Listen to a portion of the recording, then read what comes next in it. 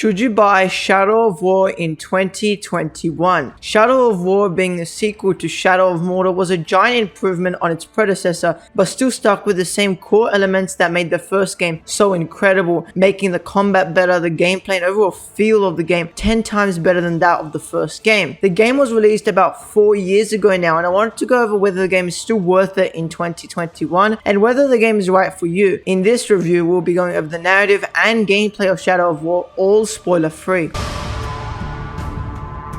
The story of Shadow of War is a direct continuation of Shadow of Mordor, but like its predecessor, the story in the game uses the Lord of the Rings lore to build its story, but it also definitely isn't the main focus of the game. And the story is just alright, especially in Shadow of War, except the ending, which was quite excellent and did really well, ending off the story of Talion, who returns as the protagonist for Shadow of War as well. The story of the game was mediocre at best, and I didn't really feel any emotions or sense of character development within the game until the very end of the game's story, with a major plot twist in the game's ending that swayed me to really enjoying the story, as it was such a good ending that did justice to Talion's arc and ended off his story in the best way possible. Talion is still infused with the spirit of the Elf Lord Celebrimbor, and the game at the start sees them travel to Mount Doom, where they forge a new ring of power that is completely free from the corruption of Sauron. The game's ring gives the player many abilities and powers, which I'll go over in the gameplay section of this video, but I really did like this new twist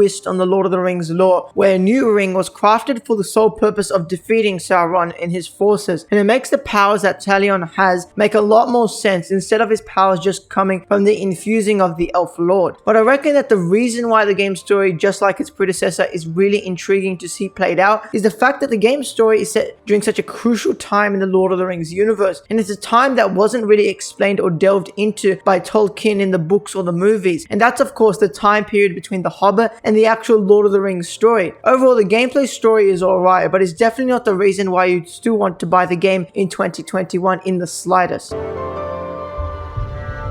The core gameplay of Shadow of War is extremely similar to that of its predecessor, but that's actually a good thing in this case due to the absolute fun nature of the game's combat, traversal, and just the entirety of the gameplay in general. However, something that is very different is that in comparison to that of its predecessor, Shadow of War takes more of an RPG styled stance on the weaponry and equipment featured within the game. Instead of runes like in Shadow of Mordor, Shadow of War has a gear system in which enemy captains, war chiefs, and overlords drop gear of different progressive scales of rarity, which can be upgraded further by completing certain challenges that are associated with that weapon or armor piece. Looted gear will also correlate itself directly with the level of the player and levels up as the player does, so that weapon or piece of armor doesn't just become instantly redundant when you get to the later stages of the game. Oh, and the damn Nemesis system, which is the system that made the original game so great in the first place, instead of a game that completely copied that of the flow and style of the Batman Arkham series combat. In addition to the new RPG elements, as well as the few new equipment mechanics added into Shadow of War, the Nemesis themselves have become even more dynamic than they ever were before, in that when they are dominated, rather than simply becoming an obedient soldier like they were in Shadow of Mordor, they can now develop a sense of loyalty to Talion or become more and more antagonistic towards him, depending on your own actions towards that dominated captain. For example, if you protect them in battle, they won't turn on you that fast, but if you leave them to die during a fortress raid or something like that, they will start to get feelings of betrayal towards you, and slowly you will be betrayed by some certain captains. Certain circumstances can actually have a follower betray Talion and return to Sauron's side, in which you will need to either dominate them once again and make them more loyal than they were before, or straight up just murdering them, teaching everyone around them a lesson to not mess with the Bright Lord, which is the persona that Talion takes on in this game to his followers as a sort of homage to that of Sauron's persona being the Dark Lord. When dominated, there's a lot more mechanics to utilize which will make your army stronger, such as making a dominated captain spy on a war chief, where they would then pass over that intel to Talion, and can even replace that war chief when they help Talion kill him in the first place as well. There's a lot more diversity within the actual ranks of the orcs as well, such as the Uruks and the Ologhai, in addition to belonging to a number of different enemy classes such as assassins, beastmasters, commanders, etc. Can also become members of one of 7 tribes in Mordor, each one having their own particular visual and combat style. Dark are enemies who specialize in stealth and assassination. Terror, those who are especially good at fear fear-mongering, a warmonger, those who are ferocious and bloodthirsty on the battlefield, mystic, who maintain a strong connection to the dark magics of Sauron, feral, who have connected with a different beast of Mordor, machine, who have taken to heavy industry and many explosives, marauder, who fancy a bit of flashy golden roguish combat, and traversal. The traversal is also improved with many different ways to traverse the world, with double jumps, controlling of beasts with other mechanics that makes this game's traversal so much damn fun. The siege battles are probably the best part of the game and are so much damn fun. When taking over a giant fortress with your own army creates some of the most epic scenes and moments in the game, all personalized to the captains and enemies that you have dominated in that region. Overall, the gameplay is fantastic, and I believe that it is the reason why you should still buy this game in 2021.